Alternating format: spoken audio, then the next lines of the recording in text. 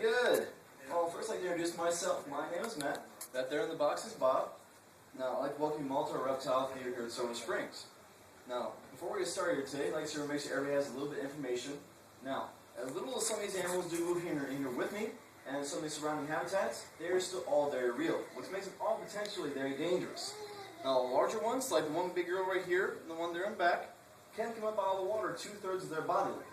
Now, what that means for us, if you want to take anything home with you today, like hats, glasses, cameras, or right hand, please keep them behind the glass walls and handrails at all times. If you do the most fortunate dropping anything in any one of our enclosures, feel free at any time. It can be myself, Bob, or anyone else on our staff. We'd be more than happy to get whatever is left out for you. Okay? Now, specifically during this show, I'm going to be catching one of these animals and walking around in front of that glass. I have to ask everybody in the first 2 rows, please remain seated at all times. If you do feel the need to get up, I'd ask you to please go to the back of the theater behind the handrails. Also, please don't lean forward and tap in the glass. Don't put anything over the top of the glass, and definitely don't stick anything between these braces in the glass.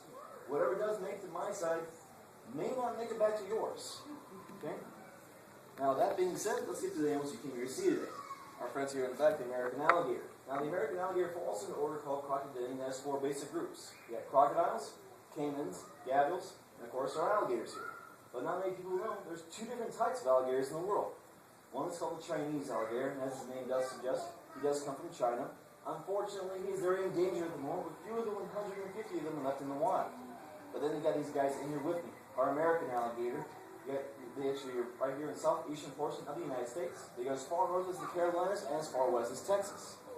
And if you spend any time here in Florida with us, you'll notice we do not have the problem they do over in China. Here in Florida alone, we have just under 3 million of these guys running around, which means you'll find one in just about every single solitary body of fresh water, including the occasional swimming pool too. It has been known to happen.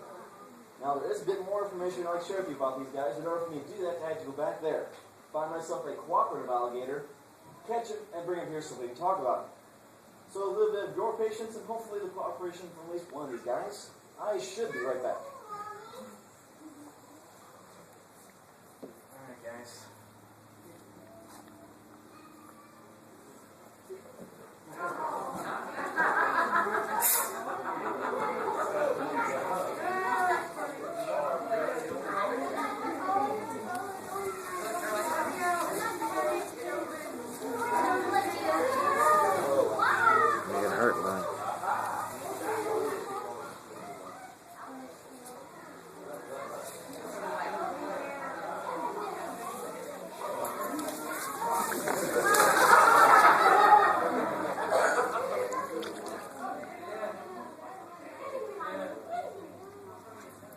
Alright, that wasn't too bad.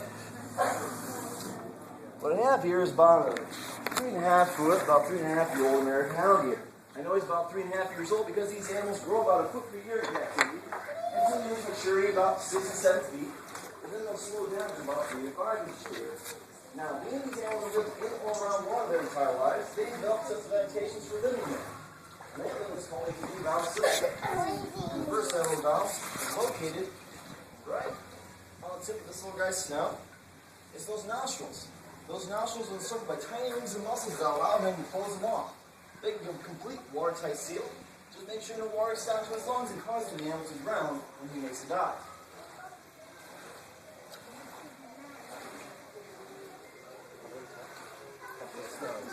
Now, the second set of adaptations is a little bit harder to see, so you have to look real close.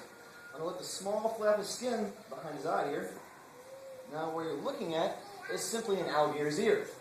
Now, the flap of skin also closes the ear off. Make sure no water sound to his internal ear causing hearing damage. But some people think that since his ear is so small and cover up this flap of skin, that this little guy must not hear very well. That's not true at all. When he reaches maturity about 6 to 7 feet, he's going to want to try to start his own little family, but in order to do that, he's going to need to bellow to find a mate.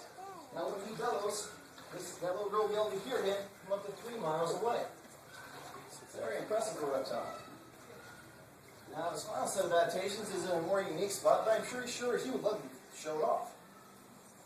Oh, keep it open. Now, if you look in the back of his throat, you're going to notice it looks like it comes to a dead end. What we're looking at is a flap of skin called epiglottis valve. Okay? Now, this is also one more way to make sure no water gets down to his lungs, causing the animal to drown, when he's chasing after a prey. Because alligators are ambush predators. They lie in the water and just their eyes and their nostrils above the surface, and with some burst of energy, they lunge after prey, and if it is small enough, they will simply bring it to the surface, crunch up their big powerful jaws, and then open up a glass valve and let it slide down their throat into their stomach. If it is not small enough, they'll close off all these valves, drag it down deeper into the water, and perform a death roll. It's a 360-degree torque motion that allows them to drop a small enough piece of food to be able to bring it back up to the surface, open up the valves once more, and let it slide down the throat into his stomach. Because all his teeth in his mouth may be very sharp, but they aren't used for chewing, just tearing. Now we get to everybody's favorite part of the alligator. The alligator's tail. The alligator's tail makes up half the animal's body length. It's thicker, muscular at the base and thin towards the tip. That shape is called heel. Now, a lot of people will assume that he's going to use it as a weapon. Now, trust me, I've been here long enough to know that it does hurt being slapped by an alligator tail. The larger ones, like the one here in the water with me and up on land, can knock you off your feet without too much effort, even possibly break your leg. But as long as I've been here, I've still never seen any of these animals try to get up, run backwards, and slap anybody with that tail. Up front's where all the teeth are makes it a much more effective weapon. What they're going to use that tail for is just simply swimming. They'll line all their legs in a streamlined position on their body, sweep that tail back and forth in the water. Oh, let this little girl get out of here. And the average adult 6'7" animal, like a little girl here, not a bigger girl up there, reach speed about 18 knots, roughly about 22 miles an hour, give or take. So if you ever thought you could outswim one of these animals, you're definitely mistaken. Now, about 200 years ago, there lived people called the Seminoles, and they found if you take an alligator, doesn't really matter the size, flip him on his back and on his belly, the animal is supposed to fall asleep. Now, I know it sounds a little far-fetched, a little hard to believe, but there is some truth to it. Rubbing the belly has really nothing to do with it. It's just what we call good showmanship. Now, I'm going to try to demonstrate this little guy for you here. This thing's been so cooperative and smiling the entire time for everybody. But in order for me to do that, I had to keep those jaws closed. Because even an animal this size has roughly about 300 to 350 pounds of pressure per square inch in his jaws at this point. And what that means for me, if anything of mine goes in there, it's not mine anymore. It now belongs to him. It's not coming back out, at least not in one piece. So I have to make sure I get a good grip in his jaws.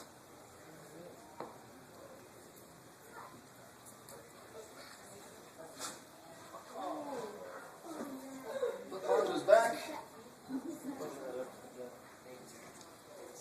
And fairly quickly, my little buddy is out cold. Now, parents, don't you wish you could your kids go sleep as fast? Now, this doesn't last very long, only about 30 seconds or so, but it's never guaranteed. But what is guaranteed, if he wakes up upside down with a hand over his mouth, he's not going to be very happy. So before he does wake up on his own, we're going to make sure to flip that over. And as you can see fairly quickly, my little buddy is wide awake with that same sweet disposition we had before we started. Now, that's how you put an American alligator to sleep, but please keep in mind, these animals are still protected in the wild. All we can do with them is let them and take their picture. If you want to get a closer look, you have to come to places like Summer Springs or other zoos around the country. That, folks, is our American alligator. Back you go, buddy. Now, do you have any questions about alligators?